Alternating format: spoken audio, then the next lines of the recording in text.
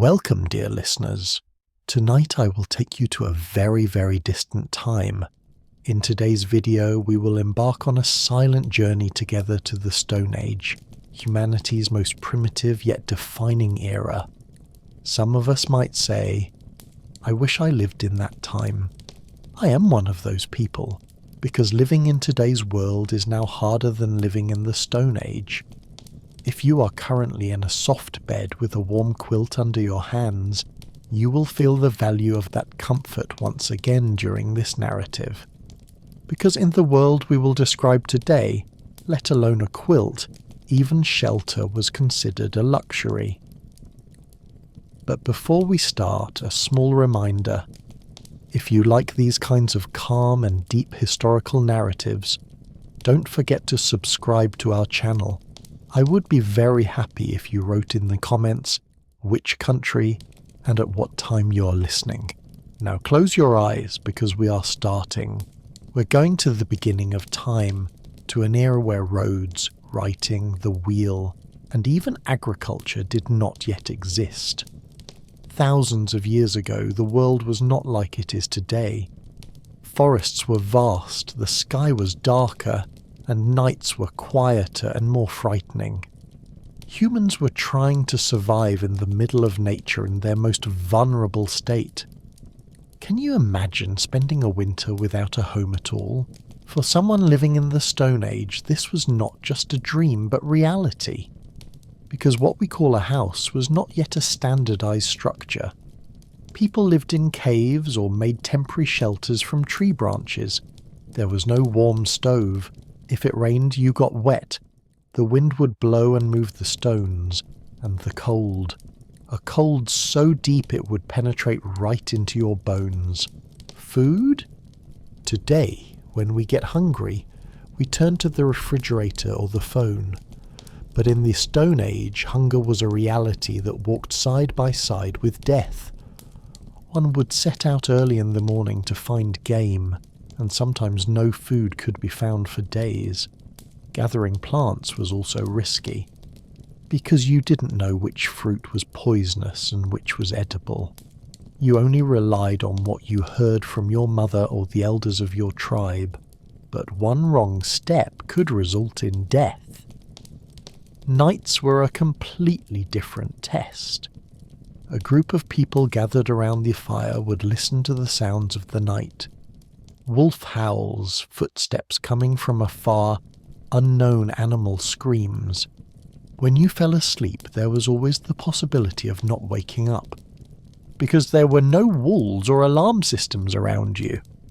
Only darkness waiting for the night and the unknowns within it. Clothes? There were no sewing machines like today. You would try to cover your body with animal skins and make holes by scraping with stones. But when these skins let water in, you would get wet, and combined with the wind, it could make you sick. And of course, there was no medicine. Even a toothache would turn into pain lasting for days, and even a small cut could make you weak. Humans woke up to a new threat every day. Hunger, disease, wild animals, attacks by other tribes or nature itself. But still they lived, they survived, they chipped stones, they discovered fire, they told each other stories, and that is why we are here. Tonight I want to convey to you why that life was difficult, not just by telling, but by making you feel it. Because history is hidden not in pages, but in the nights people passed through. If there is no shelter, there is no life. The frost of the morning had settled between the stones. The sky was grey. The trees were silent. The mist left over from the night was spreading slowly over the soil, and a small group of humans was lying curled up on that stone ground before waking up. There was neither a quilt over them nor four walls, only cold stone, pieces of leather, and the sound of the wind. If you had opened your eyes that morning, this would have been the first thing you heard. the deep hum of the wind passing through the branches and the smell of soot filling your nose, a memory remaining from the last embers of the fire that burned at night. In the Stone Age, mornings were quiet, but this silence came from deprivation, not peace. Waking up inside a house was a dream for that era. There were no walls, no ceiling. You were not born into something. You were born right in the middle of nature, at its mercy. Building a shelter was not a luxury for Stone Age man, but the most basic condition of survival. But what we call a shelter was not a solid structure with 4 walls in today's sense. Sometimes it was under a rock, sometimes a primitive canopy formed by leaning a few branches together. How much that shelter would protect you depended entirely on luck. If the wind changed direction, your night could pass wet. If the rain had started, you should have been prepared long ago. Otherwise, you would have to wait standing all night, because lying on the ground could make you sick. There was a young woman named Sarah. She hadn't even reached 20 yet, but the lines on her face resembled someone in their 40s. She had tried to sleep near the entrance of the cave with her children all night long. The fire had gone out. Her youngest child was shivering, curled up silently somewhere, waiting. Sarah was awake, because a mother did not have the luxury of sleeping in those conditions. She was just listening to the speed of the wind, the smell of the rain, and the animal sounds outside. The cave protected, perhaps, but living in a cave was something else. Dark, damp, sometimes poisonous. For those who couldn't find a cave, the only solution was to race against nature. Tree branches, animal skins, stones were all used, but none gave confidence. Today, when you enter a house, you lock your door. You have rainproof windows, you have a heater to warm up inside, but in that era, you hoped that the correct slope of a stone would shield you. Making a shelter in the Stone Age was a mental struggle as well as a physical one. Because the question, will it collapse tonight, was never absent from your mind in every wind. Cold was the biggest enemy. It didn't just chill, it also silenced, making a person unable to speak or move. You would clasp your hands, curl your body, hold your breath to preserve heat, and pray at the same time, to whichever god was believed in at that time, maybe just to see the morning. Because morning was always a victory. Where there was no shelter, sleep was also incomplete. Because one ear was outside. Even the sound of a leaf could startle you. Bears, wolves, snakes all roamed outside. You were considered to have entered their territory. Every night was not in a shelter, but a challenge passed in the middle of nature. That's why people slept in groups. Someone's eyes had to remain open. This was not a rule, it was an instinct. The material for making a shelter was stone and wood. But the real necessary thing was time, and time was the most precious thing for Stone Age man. Because you couldn't work when the sun went down. Nights were the enemy.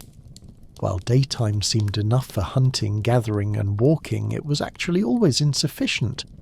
Snow could fall before you finished a shelter, a storm could break out, or another tribe could find you.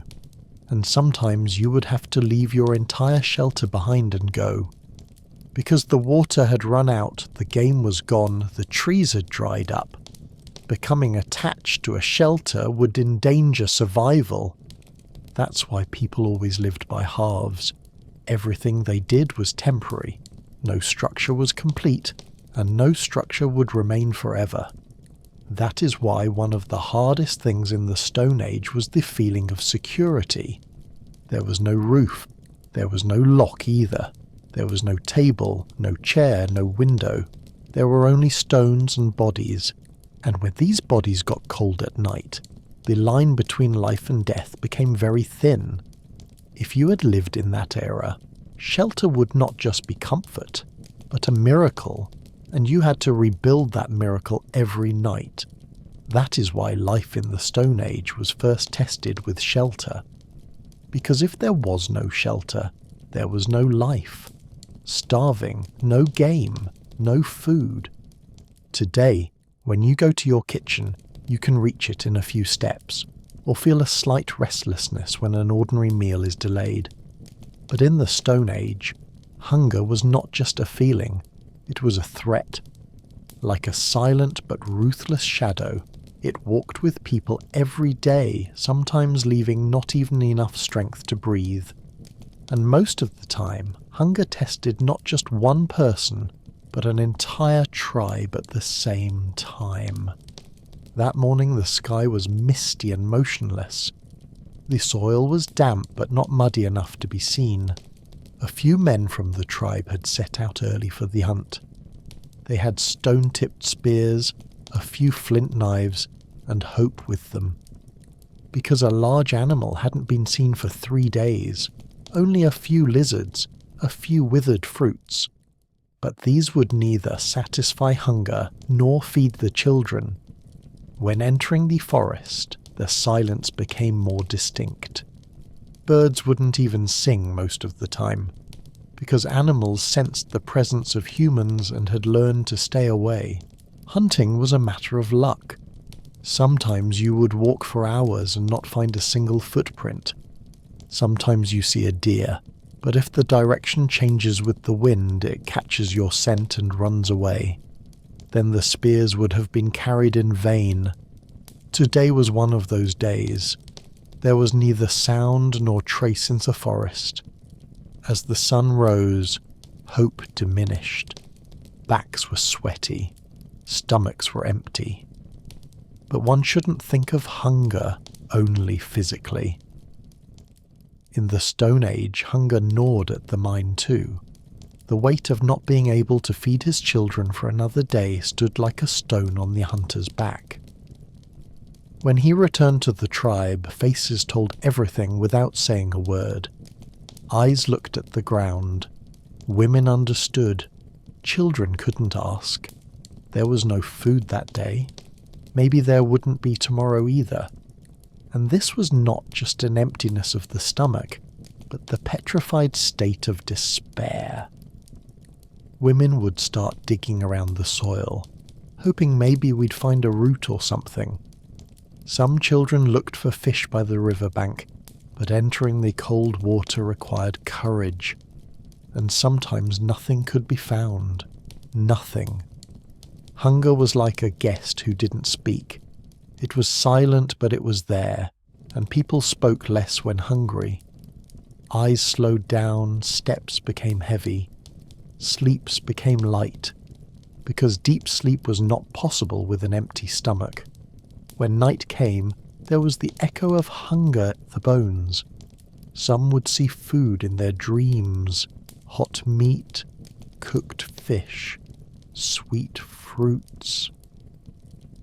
When they woke up in the morning, there was only an empty stone plate and an ash-filled fire pit in front of them, and hunger won again. Sometimes when a catch was found, there would be a festive atmosphere in the tribe. But that meat wasn't consumed immediately. It was separated into small pieces. Even without salt, they tried to dry it in the sun, because the possibility of going hungry again the next day was always there. Hunger started again, every day in the Stone Age, and the struggle against it was reborn every day. The success of the hunters didn't just fill bellies, it ensured survival for one more night. That is why living in the Stone Age meant constantly trying to find, and most of the time hunger prevailed. Reaching water, difficult to survive if the river is far. In the Stone Age, mornings were always early. Before the first light of the sun touched the horizon, some would have woken up, because fetching water took time. It didn't matter if that water was hot or cold. It wasn't guaranteed to be clean either. What mattered was that it was there, because every sip to be drunk throughout the day, every stone to be carried, everything to be cooked depended on those few drops. If there was a river near the tribe, you were lucky, but most of the time this wasn't possible. Settlement was determined according to animal paths and hunting grounds. Water, on the other hand, sometimes remained far outside these paths. Then, kilometers were walked several times a day. You would have a stone vessel or a hanging bag made of animal skin with you. When water touched your hand, you wouldn't want to drink that water immediately, because carrying it was harder and every drop was precious. But no one knew if that water was clean. An animal crossing the river upstream might have left a disease behind where it drank. A swampy bend might have silently added dirt to the water, but there was no option. That water was drunk, and sometimes this resulted in a stomachache lasting a few days, sometimes worse. Things we call microscopic today were unknown then, but their effects were felt. If a fever rose after drinking water, this was called water poison. There was no cure. If someone was burning up inside, the only thing to do was to lay them in the shade and pray. Because there was no medicine and no knowledge, there was only silence. Carrying water was mostly the job of women and children. They had bags made of animal skin on their backs. When those bags got wet, they became heavier and water leaked while carrying. Only a few handfuls remained. But those few handfuls of water could boil a soup or wet the mouths of the children. Dry seasons were the most difficult ones. When the soil cracked, even the sound of water was forgotten. People dug stones in dried riverbeds. Maybe a little moisture would come out from underneath. Some hid stones in their mouths. They produced saliva and tried to resist thirst. Because if there was no water, a person couldn't even think. When night fell, the lack of water made itself felt more.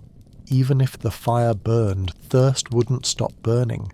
Dry lips, cracking corners of the mouth, and breaths drawn in, all prayed for a drop of water, and most of the time that prayer was left for the next day. Sometimes rain was a miracle.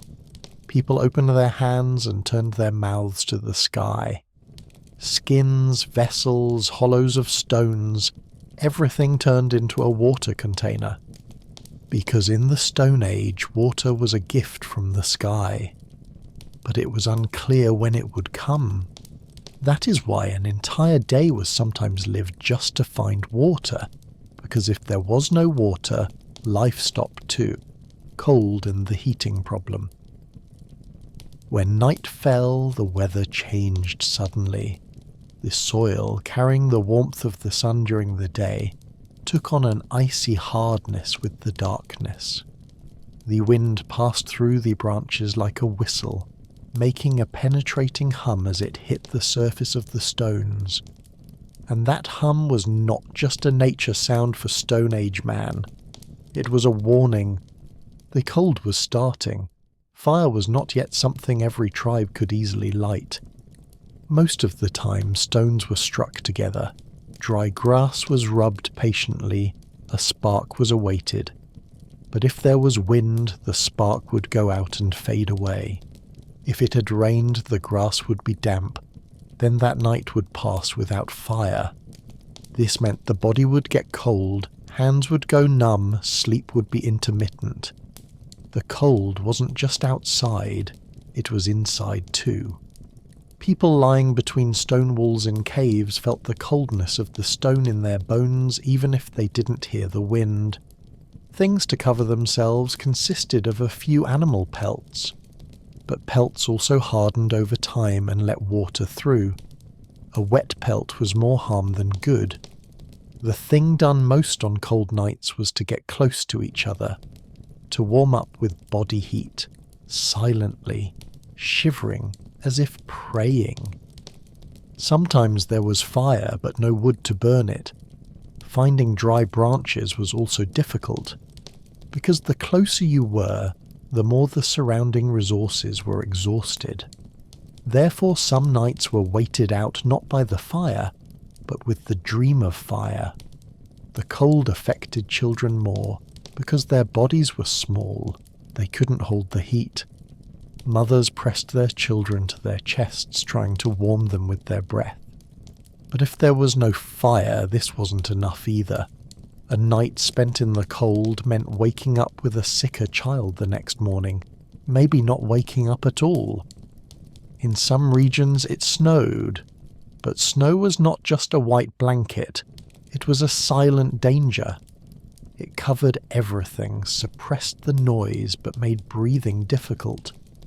Cold air seeping into the shelter pulled everyone inside into silence, because even speaking in the cold was tiring. Lips crack, breath becomes visible. Making a sound would chill one's inside. In those nights, time passed slower, minutes lengthened, hours never ended. If someone woke up in the middle of the night, they felt for the fire with their hands. Are there still embers? If there were, they were immediately revived with breath. A few pieces of branches were added. Reviving the fire could get a family through to the morning. But if the fire had never burned, then the night would be not just a cold, but a silent test, and morning would start only for the survivors. That is why in the Stone Age, cold was not just a season, but an enemy that came again every day. If you have no fire, hope is weak too. Because staying warm was the only way not to survive, but to believe in survival. In pursuit of fire, the importance of the first spark. In the Stone Age, fire was not just heat. Fire was a glow that cut through the night. It was like hope in the middle of darkness, and a spark meant a life. But lighting that spark didn't happen with the sound of a lighter like today. It happened with patience, skill, and a bit of luck. People would strike stones together, separate dry grass fibre by fibre, form a handful with their hands, and try to take that tiny spark inside and grow it. But most of the time this effort went to waste, because the wind would wipe everything out with a single breath, or the dampness had already rotted the inside of the grass. Then one would start again with patience, and trials lasting for hours would be made to light a fire again. Sometimes hands form scabs, stones cut hands, but still one wouldn't give up. Because if the fire didn't burn, the night would be dark. Food wouldn't cook, there would be no warmth, and most importantly, animals would approach. The burning of fire was not just about warming up or lighting up. It was the sign that a tribe could remain standing. The group with fire was strong. A shelter with a burning fire told others there is life here. But if the spark didn't come out, everything blended into silence. There were some nights when everything was ready, but the spark wouldn't come, and on those nights the silence would be deeper. People huddled together, holding their breath and waiting. Maybe we try again in the morning with the sun. Because struggling with wet grass at night, showing patience while tired and hungry was not easy. Fire was considered sacred over time. The person who lit it was respected in the tribe. Because it was not just a flame, it was the will of humans to cope with darkness. Those who had fire told stories, sang songs, kept children safe. But if there was no fire, that night was silent. Maybe even prayers weren't said. Because cold, fear, and darkness silenced even words. When morning came and the sun rose, being still alive after a night without fire was considered a small victory. But everyone knows a spark will be needed again the next night, and maybe it won't come out this time either. Night watch, staying awake against predatory animals. After the sun went down, life didn't stop in the Stone Age. It just changed shape.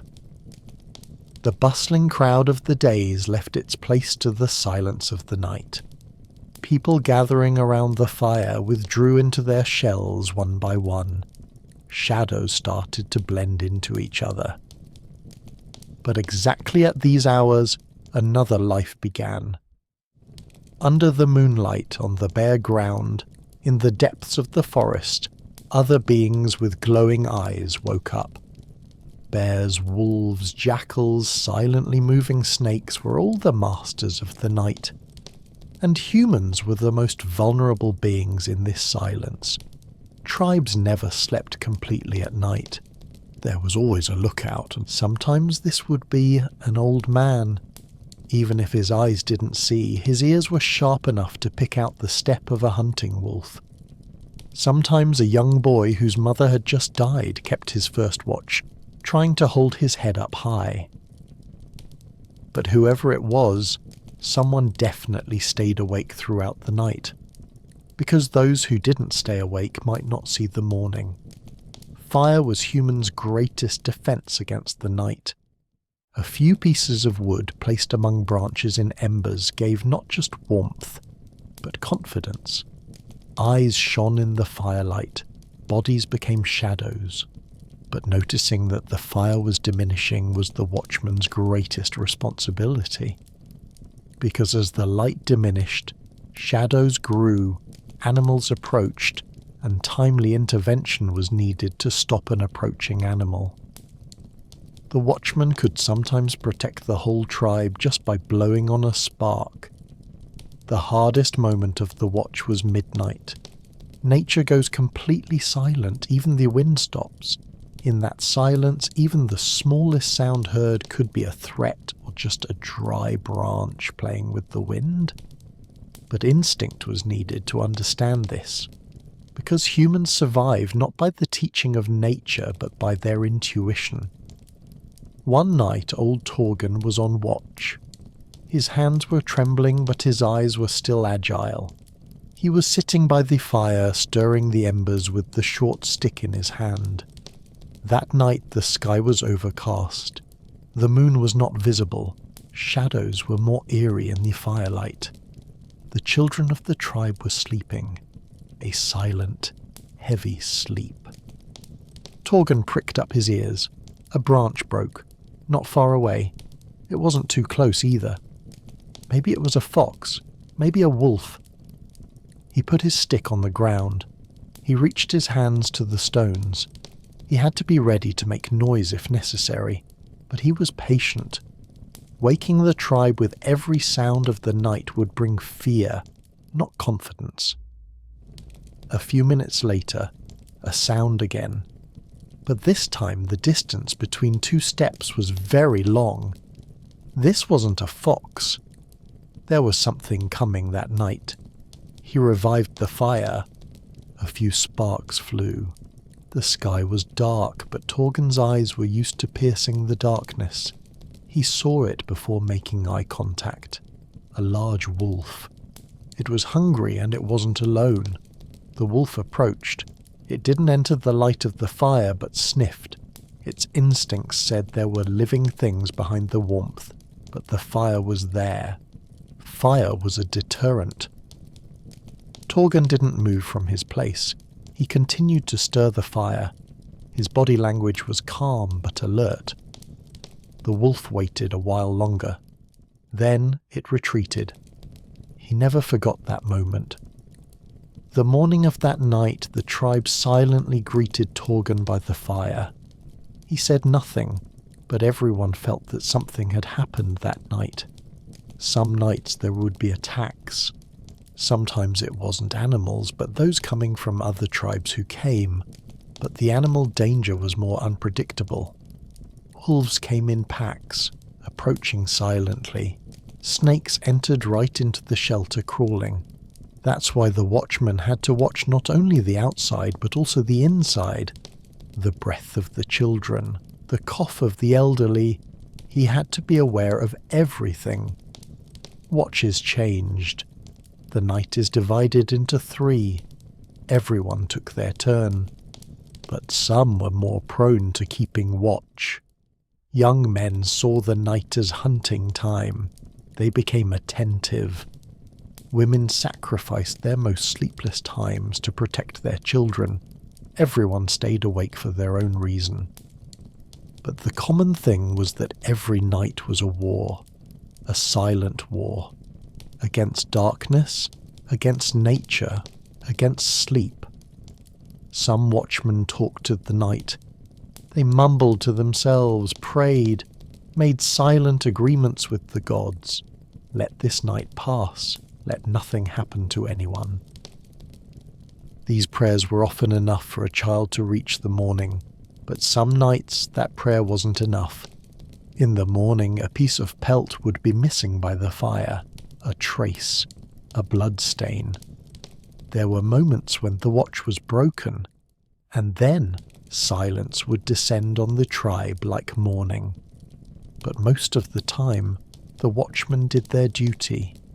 They resisted sleep, endured the darkness, did not close their eyes, because they knew that the eyes they kept open allowed others to close theirs safely. Keeping watch was not just a responsibility, it was a sign of loyalty.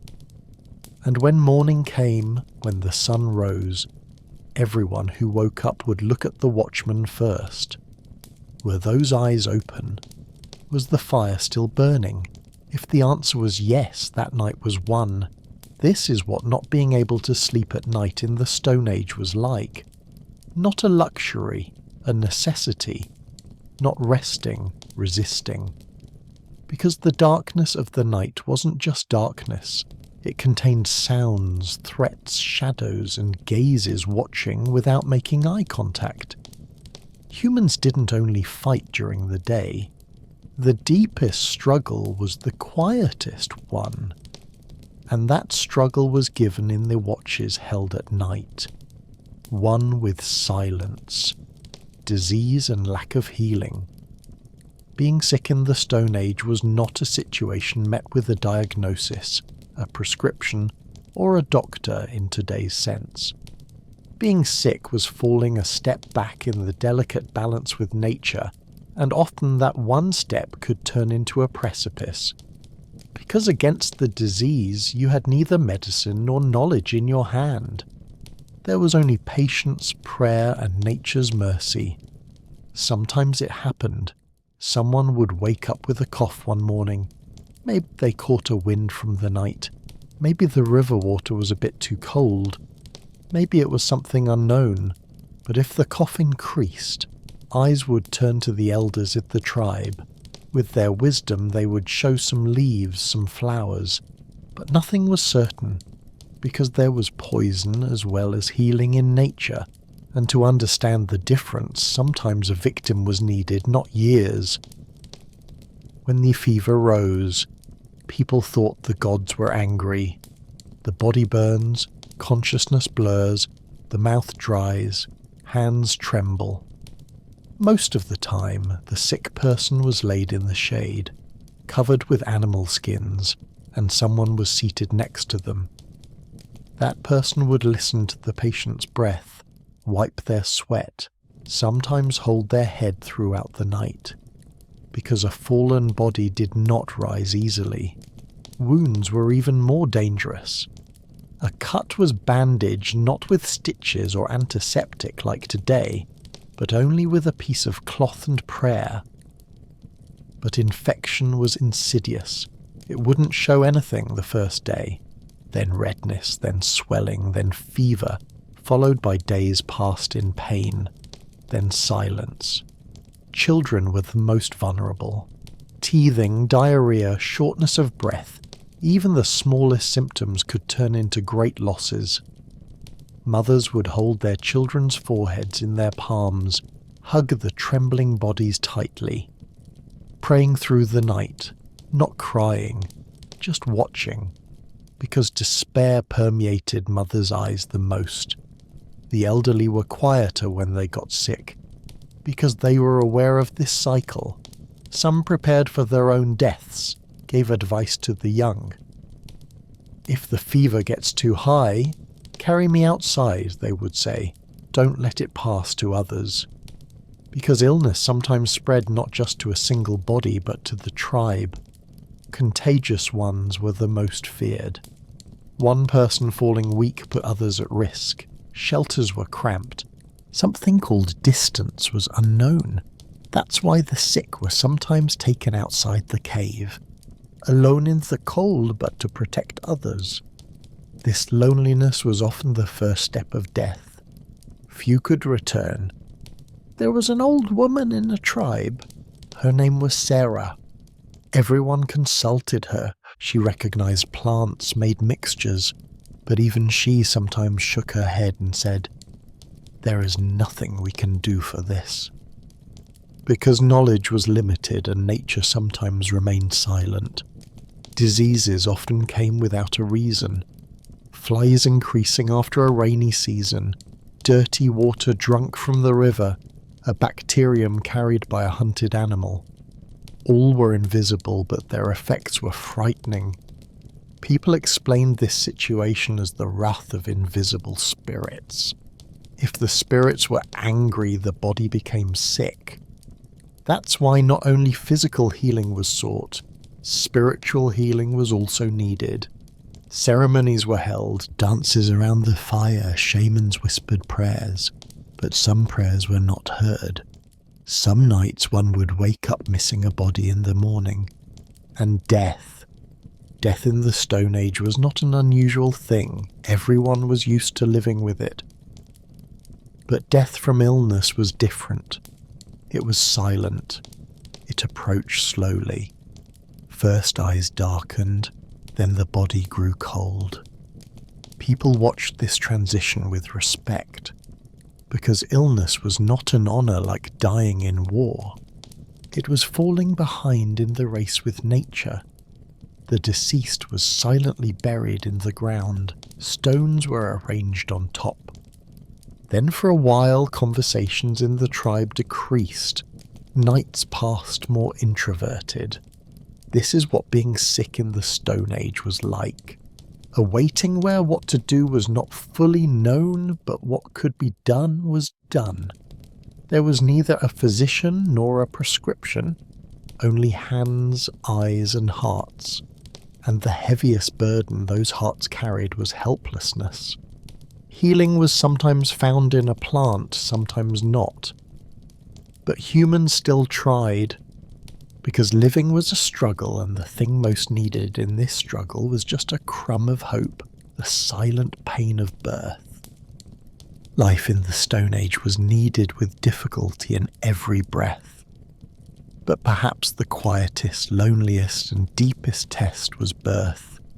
That miracle, which takes place in today's sterile hospitals accompanied by expert hands, machines, and medicines, was experienced thousands of years ago only in the corner of a cave on a few animal pelts, between a trembling body and silently watching eyes. There was neither hygiene nor assurance, and often the one giving birth was as face to face with death as the one being born. As birth approached, there would be a silence in the tribe. Women would notice it first from the mother's walk, her breath, her sleeplessness at night. Then one morning the woman silently withdraws to the edge of the shelter. One or two old women come to her side, others stay away. Men were sent away, because birth was a secret. It was sacred, something weird. Another body coming out from within a body aroused admiration, as well as uneasiness. There was no special place prepared for birth in the shelter. A corner, some dry grass, a few clean pelts. That's all. It was unknown when the birth would start. It could take days. When contractions came, the woman silently surrendered to the pain. Screaming could attract animals. That's why lips were bitten, hands were buried in the soil. Pain grew from the inside, and the woman became a little more alone with every wave. The old women helping sometimes just held hands, sometimes prayed, because they had neither medicine nor knowledge in their hands, only experience and instinct. First births were harder. The young body isn't ready. Fear appears in the eyes with contractions. The mother's breath quickens. Sweat flows from her forehead. Her hands get cold. Eyes sometimes fix on the ground, sometimes on the void. Everything lasts both very long and passes like a breath at the same moment. When a baby is born, there is silence. Because breath is awaited, crying is awaited. No one relaxes before that sound comes, but if that sound comes, a small joy is born in the shelter. At that moment, another life has begun. But that sound doesn't come in every birth. Sometimes the baby is motionless. Sometimes the mother loses blood. The soil becomes crimson at that moment. Hands can't catch up. Cloth is not enough. Knowledge is not enough. Birth is the closest sibling of death as much as the beginning of life. In the Stone Age, many children grow up motherless. Many mothers cannot see the child they gave birth to, and this situation is considered normal, because people believe this is the order of nature. Lack of hygiene meant infections entering through the door. Injured uterus, uncleaned hands, dirty water. All could silently bring death. But no one in the tribe knew this. It was just said she couldn't carry the birth, and the soil took one more body into itself. The woman who survived birth was not welcomed like a hero, but everyone looked into her eyes with more respect because she had passed the biggest test and survived. Some women gave several births. Some couldn't complete any. Some children died as soon as they were born. Some grew up silently. They were lost in a tribal war years later. But whatever happened, birth was a struggle given alone at that moment. If told today, it might be heroism, but back then it was just a reality. Silent, natural, and bloody reality. After every birth in the tribe, there would be a short period of silence, because everyone was aware of something. This miracle raced with death every time, and sometimes it wasn't even clear who won, who lost. But when morning came, the newborn baby was wrapped somewhere into the shelter. The mother's head was stroked if she could wake up, and life continued as if nothing had happened, until the next birth. Pelts and cold wind in the absence of clothes. Cold in the Stone Age was not just a season. It was like a wall, a force collapsing on a person, penetrating into the bones, freezing the breath. The weather passed off with a coat. A sweater today determined the boundary between life and death in those days, because the thing to cover the body had turned into a survival tool rather than a design. And how durable that tool was often limited to what you tore from nature. There were no clothes, fabric was unknown, neither cotton nor linen, only animal pelts, dried skins, and sometimes barks. When an animal was hunted, its meat was eaten, its bones became tools, but its most valuable part was its skin, because that skin was the only protection against the cold throughout the winter. But not every skin was used. Thin ones tore easily, thick ones prevented movement. That's why a good skin depended on the knowledge of the one processing it as much as the hunter's success. The pelt was not covered directly over the body. First it was scraped. Its fur was taken or left. It was dried in the sun, hardened with smoke.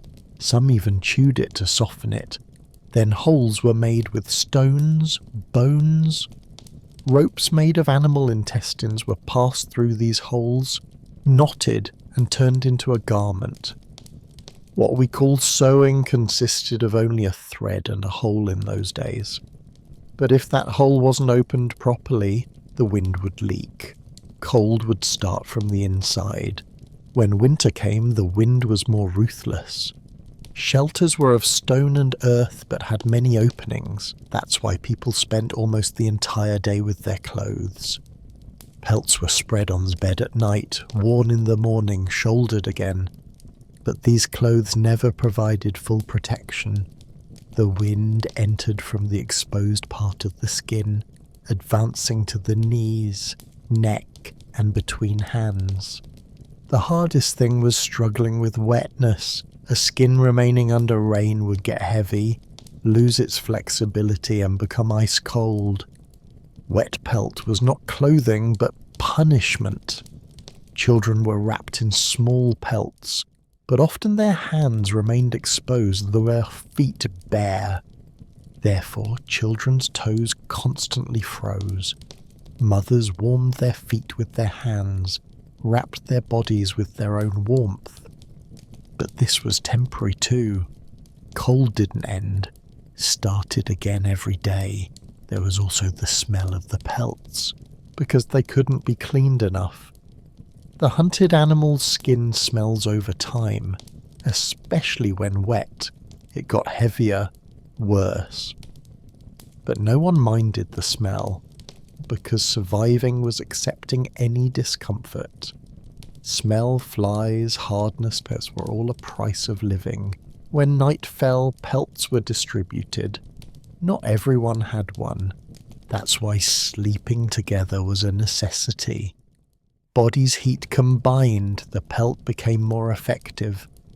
Sometimes a pelt covered 3 people, but one would wake up colder in the morning. One pulling the pelt survived, the one not pulling shivered. A well-processed skin was valuable in the tribe. It was even bartered. The skill of the processor was respected as much as the hunter's success. Headgear, boots, waist belts were made with leather.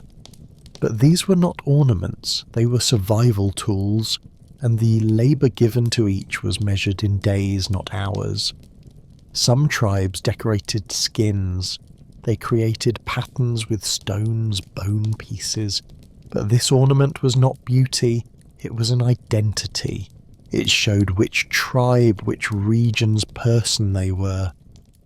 Recognizing the pelt was recognizing the person. But the most sought after was the thick and solid one, because a wind would make all ornaments forgotten, remind only of warmth. And still, no matter how good the pelt was, the struggle with cold was never fully won.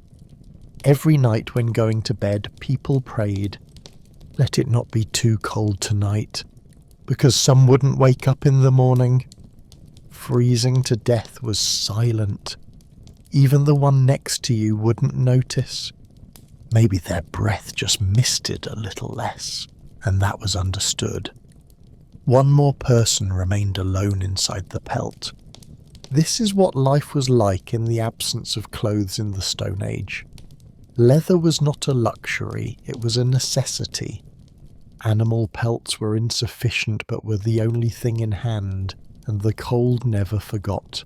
It constantly returned, leaking from under the door, from the gap of the stone, from the stitch of the pelt. Living with the cold meant not fighting it, but making a deal with it. Because you couldn't defeat it. You could only delay it a little. Rain and storm in the open air. If a storm was approaching in the Stone Age, the sky spoke first. Clouds gathered, wind changed direction, birds fell silent, trees whispered something with movements. But this to Lenmos was not peace, it was nature's last warning. And then the first drop fell on the soil silently, maybe on a leaf, maybe on the back of a stone. But with that first drop, everyone knew. It would be clear soon how solid the shelter was. In the Stone Age, shelters were not luxury. Temporary, weak, and often vulnerable against nature. Structures made of thick branches seated on a few stones, covered with animal skin, gaps plugged with dry grass. There was neither a door nor a window, only built to protect from cold wind and sometimes curious eyes. But when rain came, the limits of the shelter became clear quickly. Leather stretched, grass leaked, water walked through the stones. Then inside and outside became the same. If the rain was light, patience was shown. People wrapped in blankets, pelts, tried to protect the fire, hugged the children. But if the rain was determined, patience didn't work. Then under the shelter became mud, beds got wet, fire started to go out. Wetness was not just discomfort for Stone Age and more, it was a serious threat. Because once you got wet, the cold found you, and when wet, it wasn't possible for clothes to dry. If the fire had gone out, hope went out too. The storm was worse. The rain coming with the wind brought not just water but destruction. Branches cracked, the shelter collapsed, stones moved. Animal skins were swept by the wind. Water filling inside quickly turned everything into mud.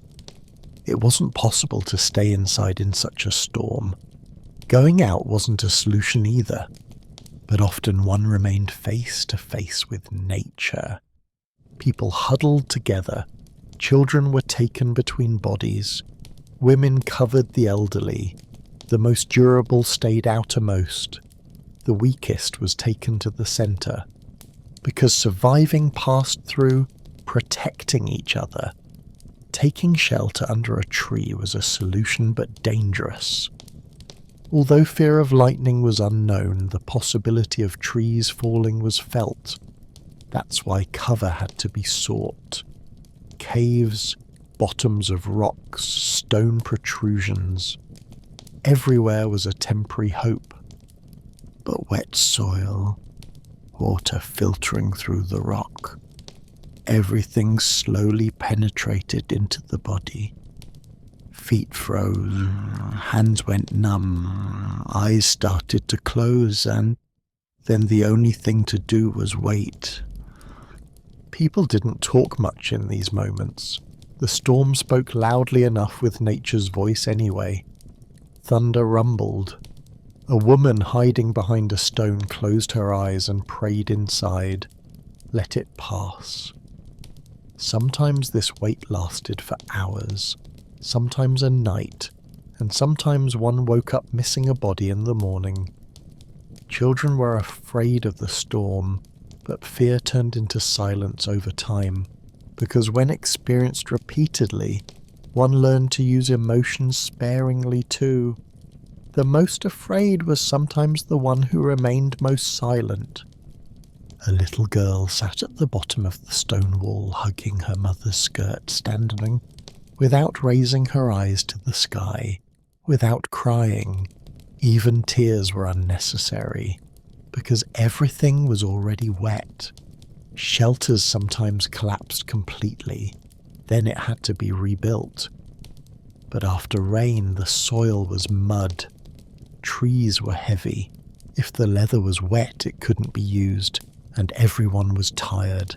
But still, someone came out, carried stones, someone carried branches, because if there was no shelter, there was no night. And night was still the biggest fear in the Stone Age.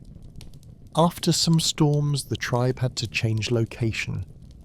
Because the soil collapsed, roads closed, waters rose.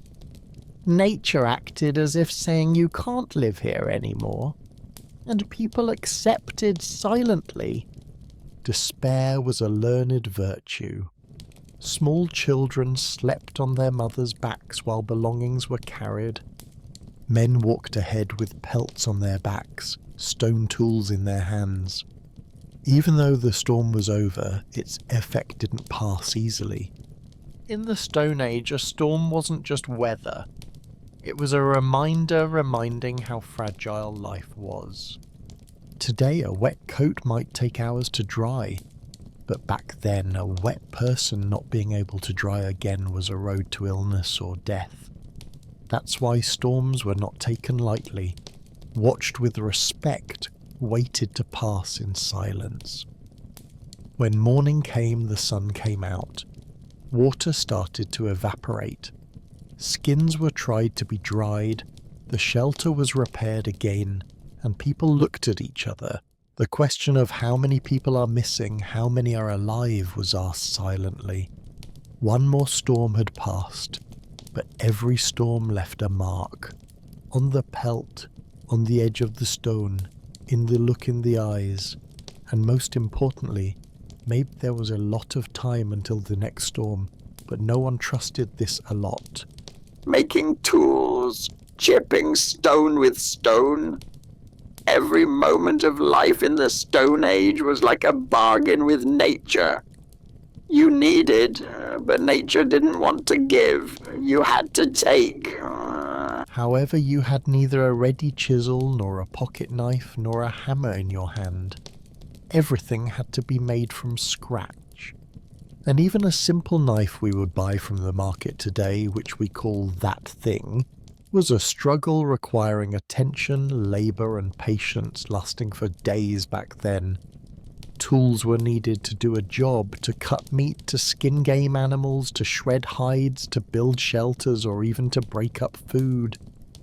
But no one produced that tool for you. You had to take it from nature and shape it. This meant you had to find a stone first. Not just any stone would do. Hardness, brittleness, sharpness. These determined the workability of the stone. The most preferred were hard and smooth-surfaced stones like flint. But finding these stones was not easy. The trace, shape and colour of the right stone were different. A master, a stone mason, would see a good stone from afar, but a novice would sometimes struggle with the wrong stone for a whole day. Everything started with striking two stones together. But this was not just a random collision, it was a careful move. The angle had to be adjusted well. If you hit too hard, the stone cracks. If it is too light, it wouldn't shape. Controlled blows were needed from the right point with the right angle. The first spark, the first break, and then edges slowly starting to take shape. Over time, sharpness emerges from within the stone. That shapeless mass would turn into a knife or a scraper. But this was just the beginning. If that piece of stone was to be useful, you had to find a handle. Tree bark, bone, or a straight branch could be used for the handle. Making a hole in the middle of the stone was almost impossible. So it had to be tied. Dried animal intestines, fibres, or pieces of hide were used for the bond.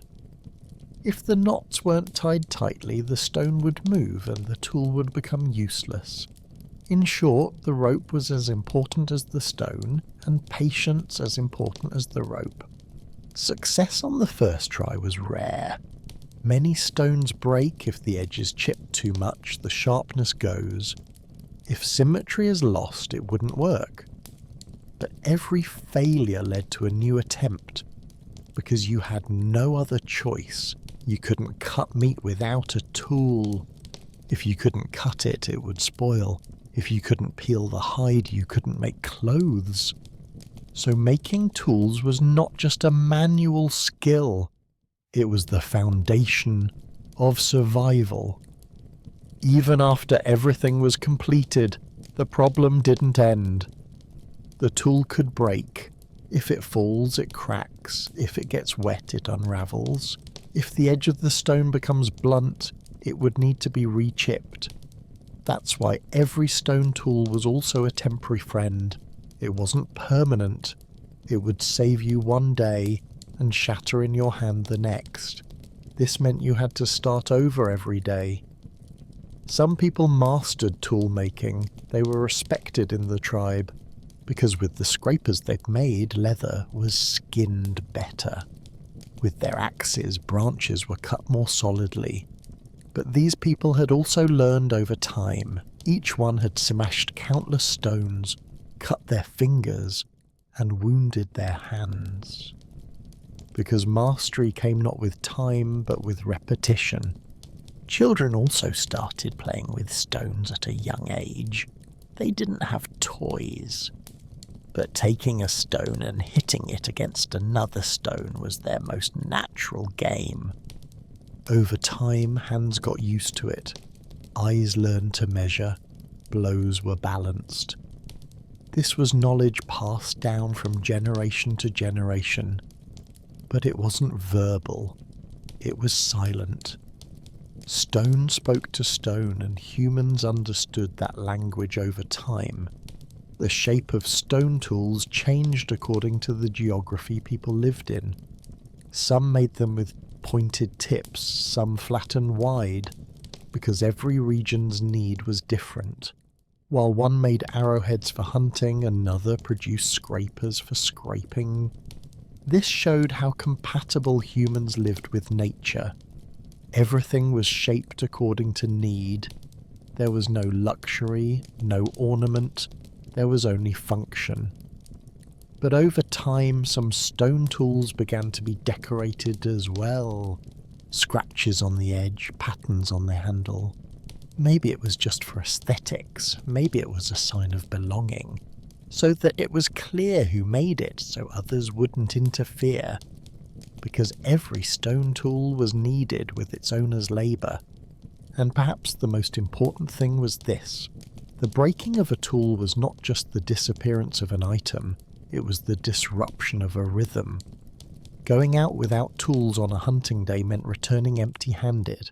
It meant staying hungry. That's why people checked the tools in their hands as the first thing in the morning, tightened their handles, renewed their ropes. Because if the stone let you down that day, nature would show no mercy. This is what chipping stone with stone was like in the Stone Age. It required strength, patience, and instinct. Attention in every blow, courage to start over in every break. Because to cope with nature, one had to resemble it first. And however hard nature was, the human hand had to be just as determined. Poisonous plants and dangerous foods. In the Stone Age, nature was like a table. But it wasn't clear what on the table would be eaten and what would kill. Every leaf, every root, every mushroom, every fruit could either save a day or take a life. Knowledge was scarce. Trial and error was common, and every wrong trial was a lesson paid for with a very heavy price. Poison was often invisible. It hid inside a colourful shell, concealed behind a sweet smell. People wouldn't notice when they were hungry. Hunger suppressed caution, caused risk-taking, and most deaths came with this haste. A fruit encountered while walking in the forest had perhaps never been seen. Maybe someone had eaten it before, but the result was unknown. Stone Age man was not a researcher, but a survival master. He would risk it all to fill his stomach. A fruit would be plucked, turned in the palm, smelled. If there was no sharp smell, if it was soft, a few bites would be taken. Sometimes children did this, unconsciously taking it to their mouths, and you would learn the result later. You would learn what that small bite caused hours, sometimes minutes later. Poisonous plants were insidious, they didn't act immediately. First a burning in the throat, then nausea, followed by shivering would start. Vomiting, sweating, dizziness. The body would start to fight, but most of the time it didn't have enough strength. The extract of an unknown leaf would collapse the whole system and the tribe would look on in bewilderment. They would wait without being able to do anything. Sometimes the sick person writhed for hours, screamed, remained in sweat. Sometimes they lay on the ground silently, their breath cut off. There were shamans, people who knew more about nature, who had tried more. They tried to recognize the poison, looked for an antidote, but not every poison had an antidote. There was a language among plants, but it took time to decode this language. Recognizing a plant only by its colour or smell wasn't enough.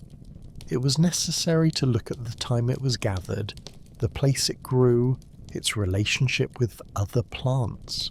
And few knew this. Knowledge passed from generation to generation but always remained incomplete. In some tribes there were legends about poisonous plants. Don't eat this mushroom with red dots, like the spirits of ancestors get angry. But these legends were actually warnings fixed by experience, because someone had eaten that mushroom and hadn't returned. That's why fear came before knowledge. Some leaves were shown to children, and they were told not to eat them. Why was not explained, but the tone of voice was enough, because children learned from intonation. Some foods were also traps. They tasted good, but the poison inside was delayed. A type of mushroom, for example. At first, it keeps you full, satisfies, relaxes your stomach. Then the night begins. Stomachache, weakness, fever. By morning, the person would be either very weakened or not awakened. That's why people sometimes settled for what they knew. They ate the same root, the same bark, the same seed for years. Because trying something new was endangering life. Animals were also dangerous. Some reptiles carried poison. Some frogs caused harm even by touch, but Stone Age man usually learned by observing the animals around him. If a deer became weak after eating a certain plant, that plant was harmful. But this observation took time, and not everyone had the time to pay attention. Poisonings were not only physical but also social. Because if someone in a tribe was poisoned, everyone's trust in food was shaken. If a root was identified wrongly, no one would touch it the next day. The whole tribe would carefully discuss what was edible. But to discuss, someone to speak was needed first. If someone who took poison was gone, knowledge went with them. Some tribes remember deaths like keeping records. This seed is not eaten in this season. That fruit gives pain after the sun goes down. Knowledge was transferred with songs, tales, rituals, because things that couldn't be told with words were told with emotion. Tales about poison were invented. Frightening stories were told so that a child wouldn't put the wrong fruit in their mouth. The tale ended, but its effect remained, because the child survived, even if with fear. Trying food sometimes required great courage, especially in dry times. If there was no game, no fruit, the only thing remaining would be the unknowns offered by nature, and then risks were taken. Sometimes a woman tried a leaf. First a small piece, then a little more, and if she was still alive the next morning, this was a success. But if not, the tribe wouldn't approach that leaf ever again. Eating a meal was a gamble in the Stone Age. Every bite had to be kneaded with knowledge, and knowledge was not always at hand. That's why people watched nature carefully. Colour, smell, form, touch. Everything could be a clue. But still, sometimes those clues led to the wrong path.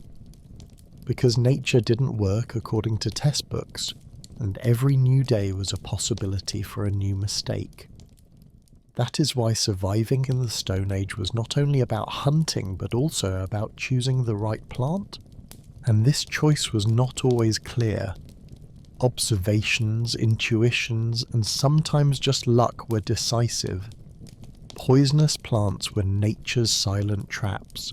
They neither shouted nor scared, they just waited and reminded themselves when the wrong person came. A delayed, silent, and irreversible reminder. Getting injured, a cut, a disaster. even a small scratch could be a cause of death. Survival in the Stone Age didn't always depend on strong muscles, sharp tools, and agile steps.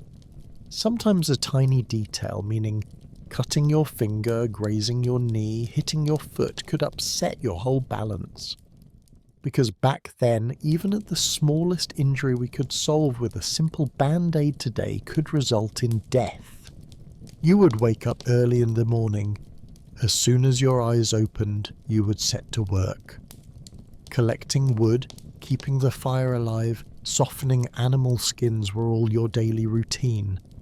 But meanwhile, your hand caught on the edge of a stone, or your arm grazed by a branch. Your knee opened by a bone piece would be a small cut.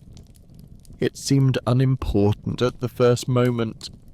Maybe it bled a little, burned a little, but the day continued. The wound moved with you.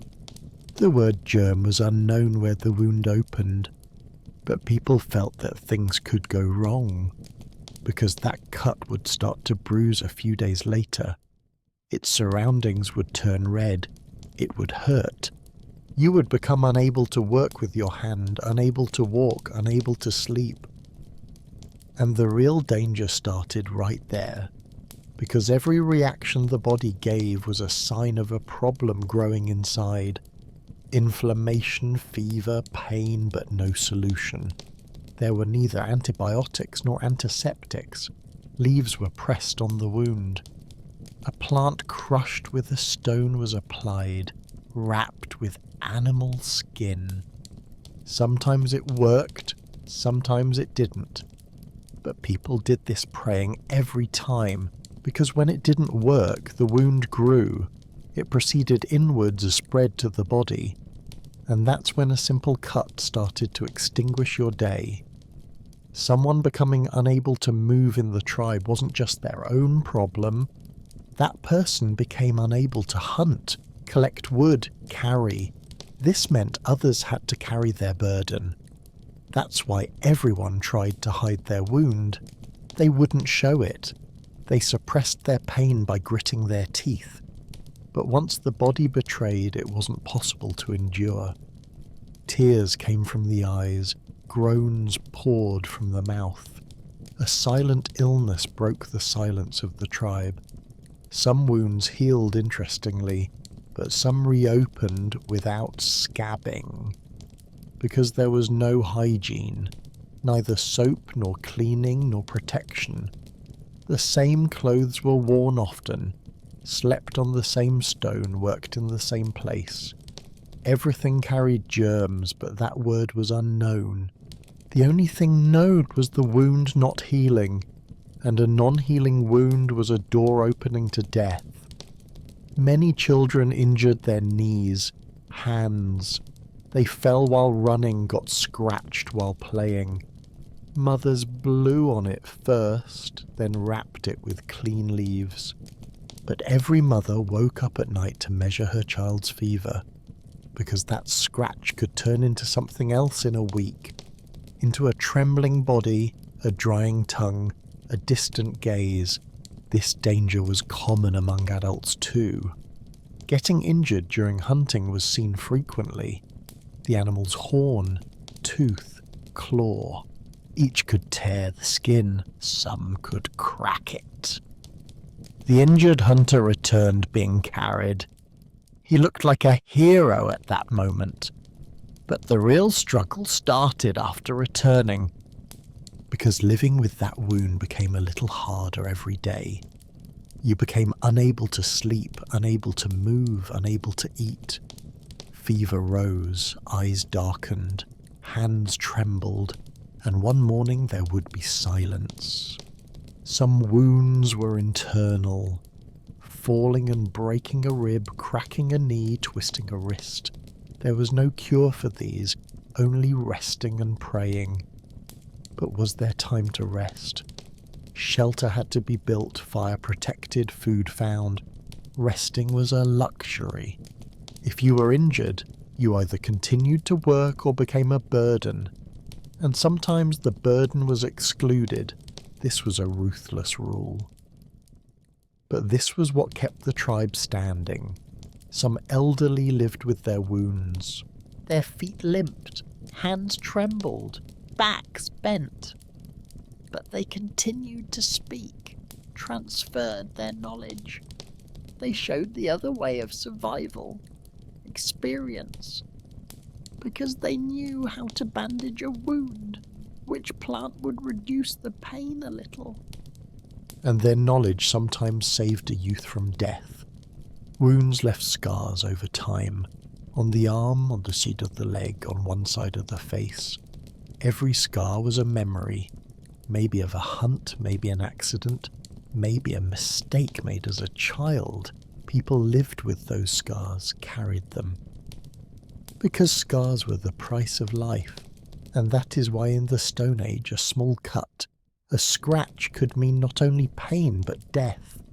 Attention was needed for every blow, holding every stone carefully, carving every bone slowly, using every axe consciously was necessary. Because a mistake could bring a scratch. That scratch could combine with infection to turn into a disease, and finally you could sleep silently in the corner of a shelter. Belief and fear. What did thunder mean? In the Stone Age, knowledge wasn't ready in books, screens, or languages like today. The unknown was plenty. Questions were abundant. Answers were hidden in silence. Every natural event found huge meanings in the human mind, because people looked for a reason for what was happening around them. Why is it raining? Why does lightning strike? Why does the sky suddenly darken like night? And the most asked, what is this hum? When thunder was heard for the first time, it silenced everything. Children in the tribe would startle suddenly. Women raised their eyes to the sky. Men pricked up their ears. Because that sound created a vibration inside the human. You didn't know what it was, but your instincts told you this wasn't ordinary. It was as if the sky had split. A being had awakened, or a fight had started above. Humans had to attribute a meaning to this, because not being able to explain increased fear, and thus the first belief started to be born. Thunder was perhaps the speech of spirits above, or the anger of a god. In some tribes it was believed that a giant animal under the sky was shouting while beating its belly. In some places, the sky was like a ceiling where the souls of the dead returned. The noise was their scream. Every belief became a way to soothe a fear. If the sky was angry, it had to be appeased. People opened their hands, bowed their heads, prayed silently. Prayers had no words most of the time, only looks, breaths, and hands. Because language also turned into the language of silence. When thunder roared, shamans sat by the fire, tried to speak with smoke. Smoke was the message going to the sky. If lit correctly, maybe the gods would calm down. Some tribes made totems from stones against thunder, because stone was fixed. The noise was temporary, but the stone was in place. Thus, people found inner peace by gathering around something fixed. Hands touched those stones. Symbols were carved on them. They were offered to the eye of the sky. Maybe one day that eye would blink and remain silent. Children grew up with this sound, but every child learned to cry at the first thunder, because this sound wasn't like a mother's voice. Neither soft nor calm. On the contrary, it was an echo that shook the inside, shook the ground. Mothers wrapped their children, saying, "The sky is talking. Listen, but don't be afraid." But the child was always afraid inside, because one couldn't resist something one didn't understand. Over time, people realized that rain came after thunder, So this hum was a messenger, but whether good or bad was still not clear, because sometimes rain was abundant, sometimes disaster. Overflowing of the river, collapse of the shelter, extinguishing of the fire, always came after this sound. That's why people waited after the noise, a breathless, silent and prayer-filled wait. Some nights the sky roared so much that the tribe couldn't sleep. They gathered around the fire, stood without making eye contact, because speaking would increase the weight of the sound even more. Resisting by keeping quiet was the only way to alleviate fear. Shamans started to interpret thunder over time. If it came from afar, they said a distant spirit was angry. If the noise came one after another, they said gods were fighting. Which animals approached the tribe that day, they counted it as a sign. For example, if a fox was seen that day, danger stayed away. But a snake or a black bird was an approaching disaster. Belief was the way to control fear. People made fears meaningful by naming them. Thus, thunder became not just a sound, but a message. The content of the message was uncertain, but its existence created an order. The same rituals were performed, the same prayers were said after every thunder, because repetition brought confidence, and perhaps most importantly, no one in the tribe remained alone when the sky roared. Because everyone was in the same fear, this brought people closer to each other. Fear was also a bond. Even the furthest person felt close when thunder roared, because everyone was listening to the same sound, waiting in the same darkness. In the Stone Age, thunder was the voice of the unknown, and belief was the most human response given to the unknown. That sound still continues, and when humans hear it, they still shudder inside. Childhood in the Stone Age, no play. There is responsibility. Being a child in the Stone Age wasn't being a child in today's sense. There were no swings, no toys, no time to play games. You met the rules of life from the moment you opened your eyes. You didn't have the chance to learn. Learning was an obligation, because survival was the responsibility of not only adults, but also children. A child woke up next to their mother with the first light of the morning. There was no time to rub eyes. The cold bit their face. Reality reminded itself when their bare foot touched the dampness of the soil. A child who was just 5 years old took a small basket in their hand and walked towards the forest with their mother.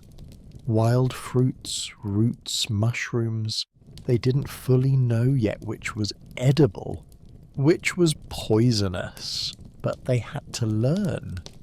Because a wrong choice meant danger for the whole tribe. Children learned by resembling adults. They bent down like women, looked among the grass, threw stones like men, examined footprints. But no one gave them lessons. Teaching consisted of observation.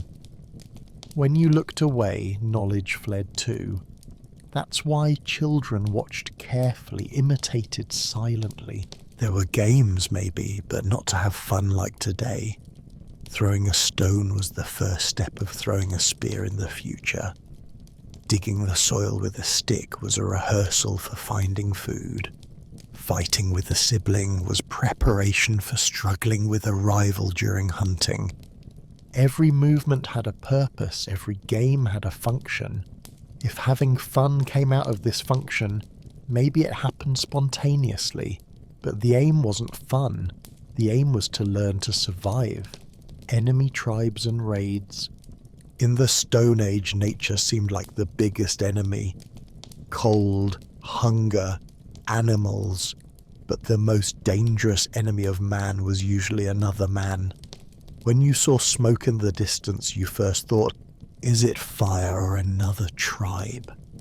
because not every smoke brought warmth. Some were the harbingers of death.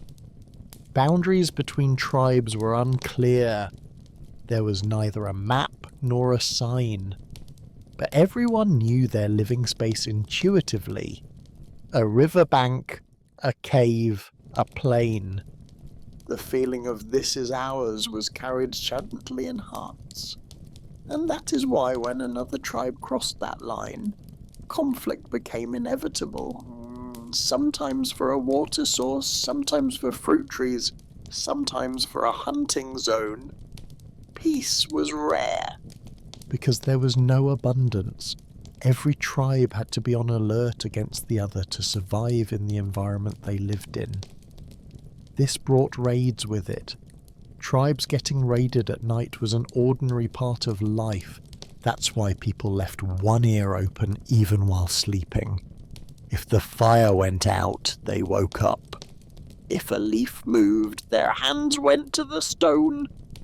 Raids came silently. The enemy tribe usually approached before morning.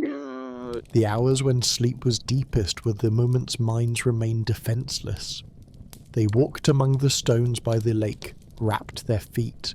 They took cover silently, waited for the sign, and when that sign came, everything happened very fast.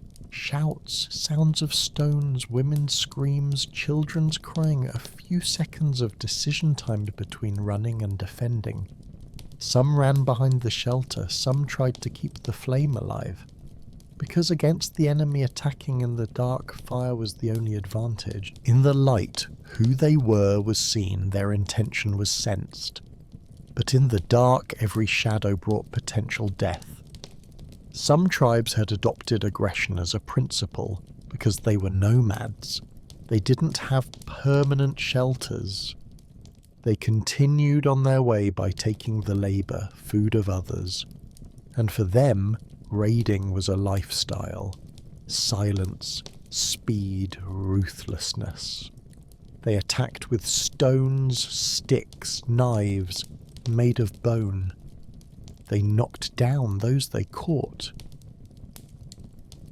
They couldn't take. Every raid was a loot.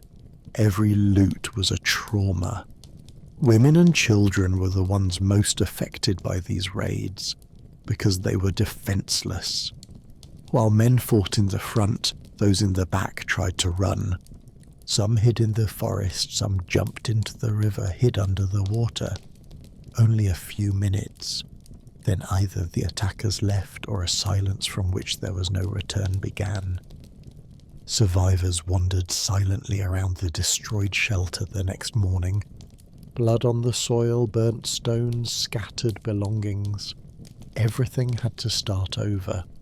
But the traces of that destruction accumulated in the heart before stones were not forgotten.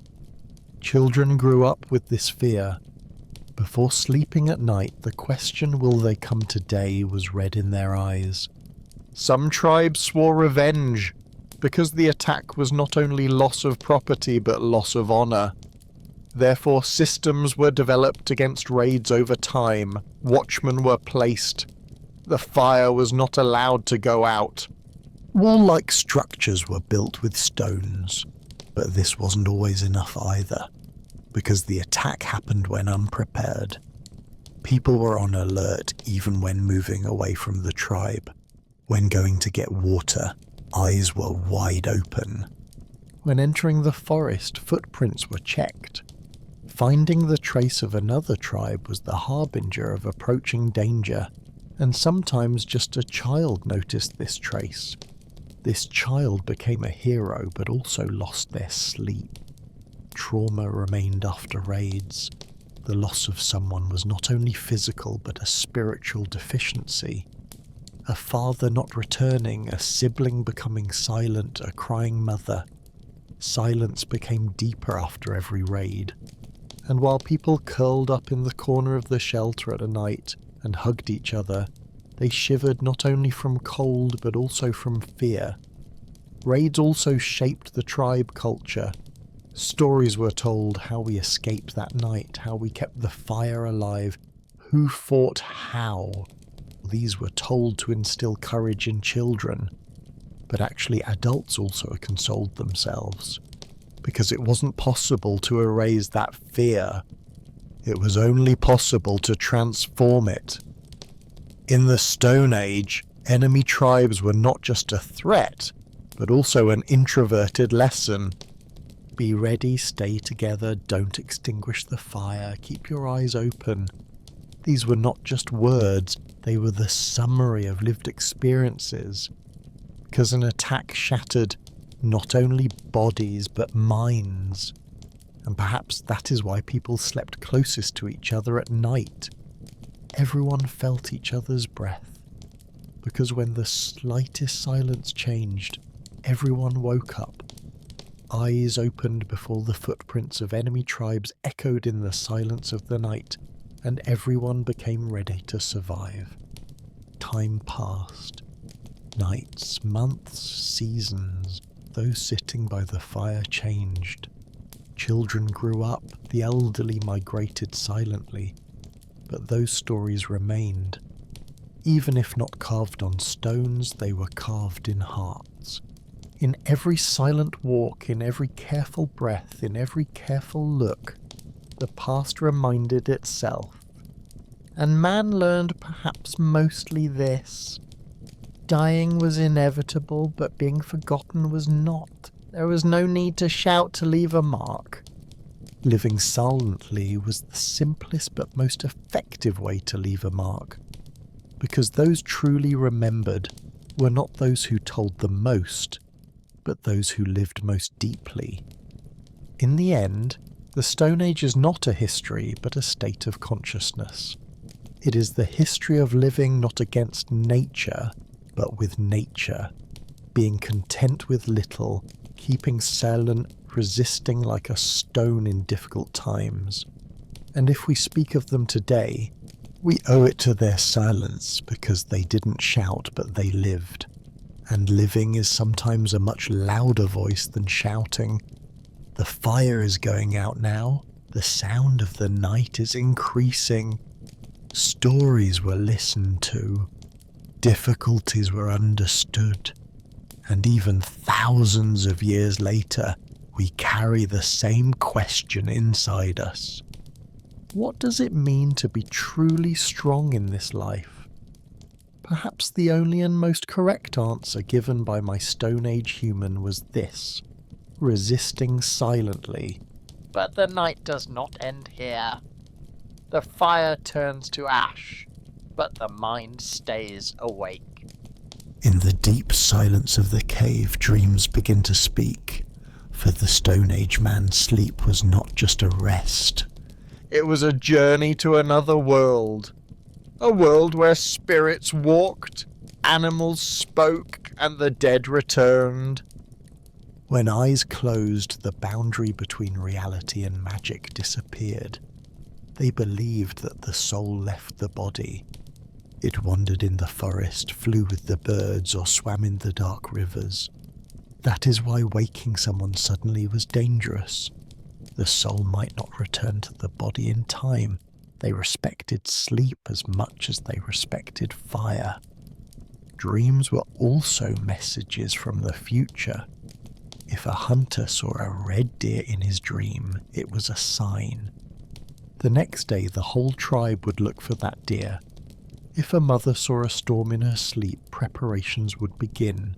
They lived by the guidance of the invisible world, because the visible world was too harsh to face alone. They needed the support of ancestors, spirits, and shadows, and dreams were the bridge to that support. When the sun began to rise again, the heavy curtain of the dream was lifted, but the reality of the morning was heavier. The resources in the region were exhausted. The animals had migrated. The fruits were gone. This meant only one thing for the tribe: migration. Leaving the known safety for the unknown danger. Packing up the few belongings they had. Extinguishing the fire that had burned for weeks. It was a farewell to the memories accumulated in that cave. Migration. was the most tiring act of the Stone Age. It wasn't just walking, it was carrying life on your back. Women carried babies and heavy skins, men carried weapons and tools, the elderly carried the burden of their years. No one had empty hands. The route was determined by the footprints of animals. Where the herds went, humans followed. Because the herd meant water, food, and life. But following the herd also meant facing predators. Walking lasted for days, sometimes weeks. Feet bled, muscles ached, hope diminished. Crossing a mountain range was a battle against the gods. The wind tried to push them back. The snow tried to swallow them, but they kept walking, because stopping meant death. There was no concept of home in the modern sense. Home was where the fire was lit. Home was where the tribe stopped. During these long marches, silence was a shield. Noise attracted danger. They learned to communicate with hand signals. A raised hand meant stop. A pointed finger meant look. A touch meant danger. Language was simple, but understanding was deep. They didn't need long sentences to understand each other. A look was enough to share fear or hunger. Connection was instinctive. Finally, a new valley would appear.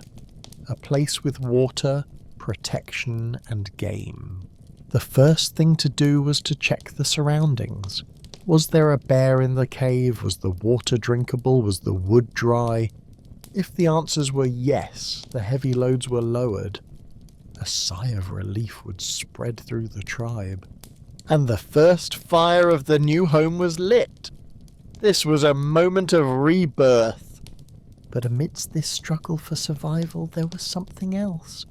Something that made them human. The need to leave a mark. To say I was here. Deep in the caves, in the darkest corners, art was born. Not for galleries, not for applause, but for magic, for memory, for existence. They took red ochre, mixed it with animal fat. They put their hands on the cold wall, they blew the paint over it. When they pulled their hand back, a silhouette remained. A negative handprint. That print was a signature against eternity. I am alive, I breathe, and I touch this wall. They drew animals, bison, horses, mammoths, but these drawings were not just pictures, they were a wish for the hunt. If they drew the animal, they captured its spirit. They believed this would bring luck. Painting was a ritual performed in the flickering light of torches. The shadows dancing on the walls made the animals look alive. It was the first cinema, the first storytelling. The artist was the shaman, the magician of the tribe. Why did they go so deep into the dangerous caves? Why did they crawl through narrow tunnels? Because the deeper they went, the closer they felt to the womb of the earth. The darkness was not empty, it was full of power. Leaving a mark was a rebellion against death. Bodies would rot, bones would turn to dust. But that red handprint would stay there for thousands of years. And it did. We look at those hands today and we see ourselves. We see the same 5 fingers, the same desire to be remembered. Life was not all struggle and fear. There were moments of beauty too. The sight of a vast herd moving across the plain, the golden light of the sunset hitting the mountains, the laughter of a child playing with a pebble, the warmth of a lover's embrace under the firs. Love was not a spoken concept, perhaps. It was an act of survival. Sharing food was love.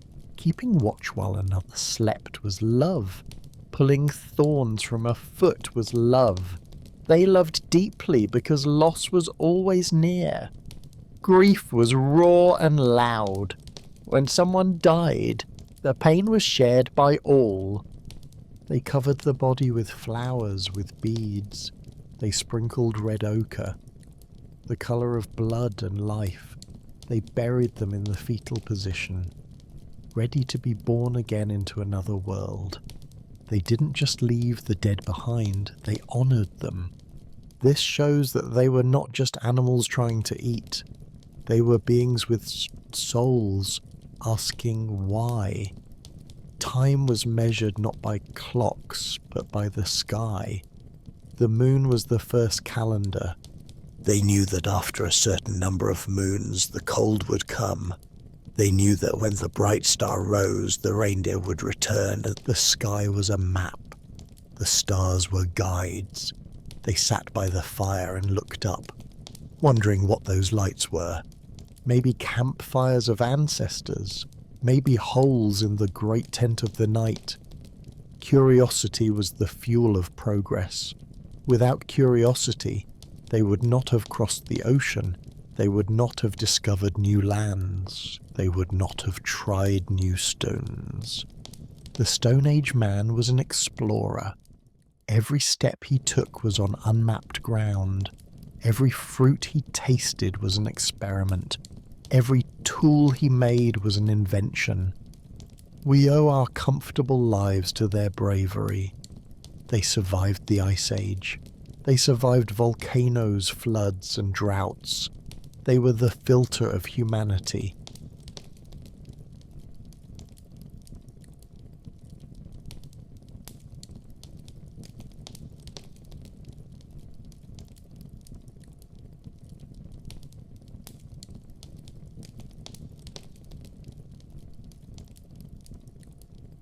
When you feel comfort by a fireplace, that is them, remembering the safety of the cave. When you are afraid of the dark, that is them, knowing that the night has teeth. We are not different from them, we just have better tools. Our caves are concrete, our fires are electric, our tribes are digital, but the soul is the same, the hunger for connection is the same, the fear of being alone is the same. Let's go back to that morning in the New Valley. The fire is stable now. The hunters are preparing their spears. They sharpen the tips with care. A mammoth has been sighted, a mountain of meat and fur. Bringing it down requires cooperation. No single man can kill a beast so large. They have a plan. They will drive it towards the swamp or towards a cliff. They use their brains, not just their strength. The hunt begins, silence again. They move like shadows among the trees. The wind is in their faces, carrying their scent away. The mammoth is calm, unaware. The signal is given. Shouts erupt. Chaos breaks the silence. Spears fly through the air. The beast roars. The ground shakes.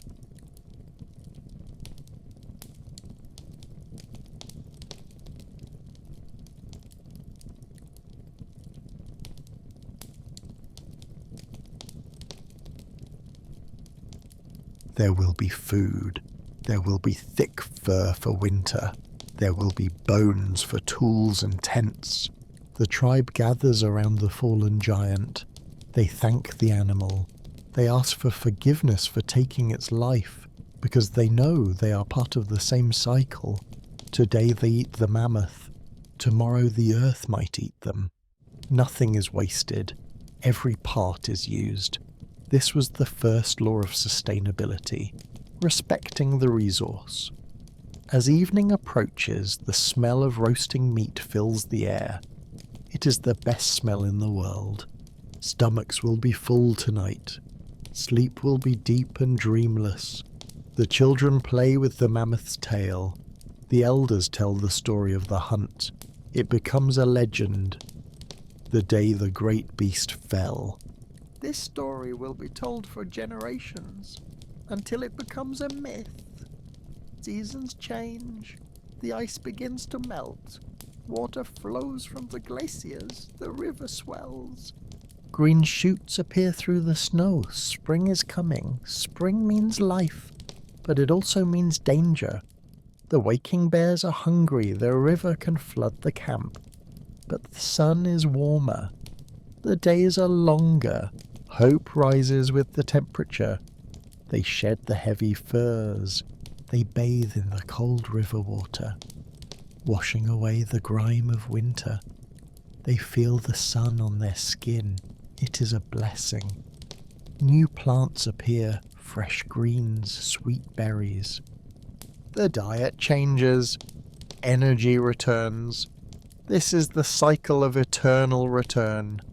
Hardship and ease, darkness and light, hunger and feast. They accepted this rhythm. They didn't fight it. They flowed with it. Like a leaf in the stream. Perhaps that was their wisdom.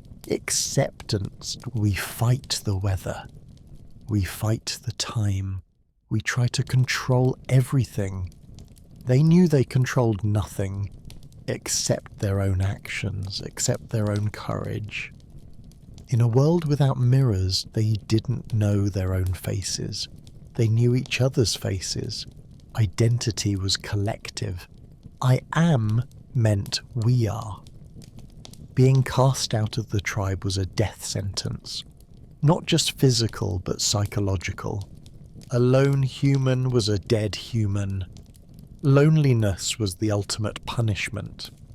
That is why social bonds were so tight. Gossip was news. Grooming each other's hair was bonding. Resolving conflicts was vital. They couldn't afford a feud. They needed every hand. Think of the old woman, Sarah. She is still there. She is teaching a young girl how to weave a basket, using thin strips of bark. Her hands are twisted with age, but her movements are precise. She is passing the torch. The knowledge must not die. If the knowledge dies, the tribe dies. Education was life. There were no libraries. The library was the mind of the elder. When an old person died, a library burned down. That is why they were cherished. They were the keepers of the map, the keepers of the medicine. The night falls again, the stars wheel overhead. The Milky Way is a river of light.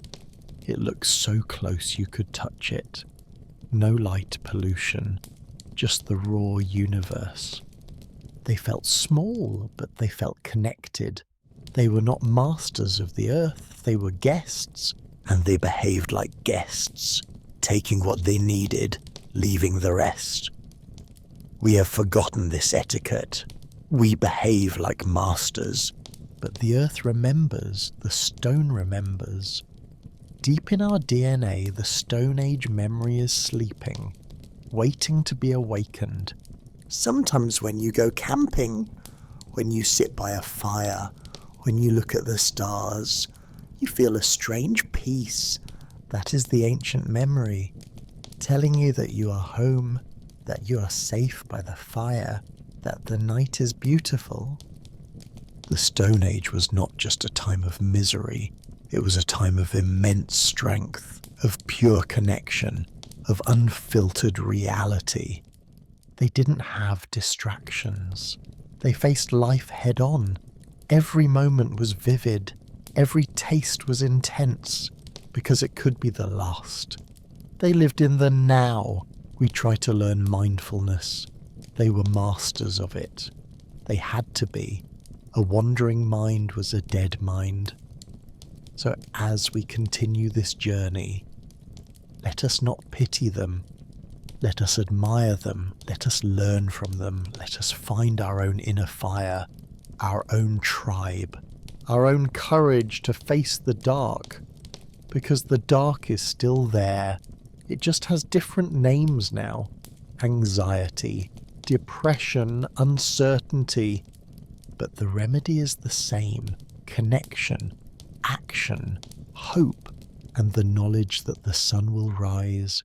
It always has, from the first morning of the Stone Age to the morning that awaits you tomorrow. The cycle continues. You are part of it. You are the survivor. You are the legacy. Sleep well with this knowledge. Let the ancient strength fill your dreams. The stone is hard, but you are harder. The night is dark, but you are the fire. And the fire never truly goes out. It is passed on, from hand to hand, from heart to heart. Good night.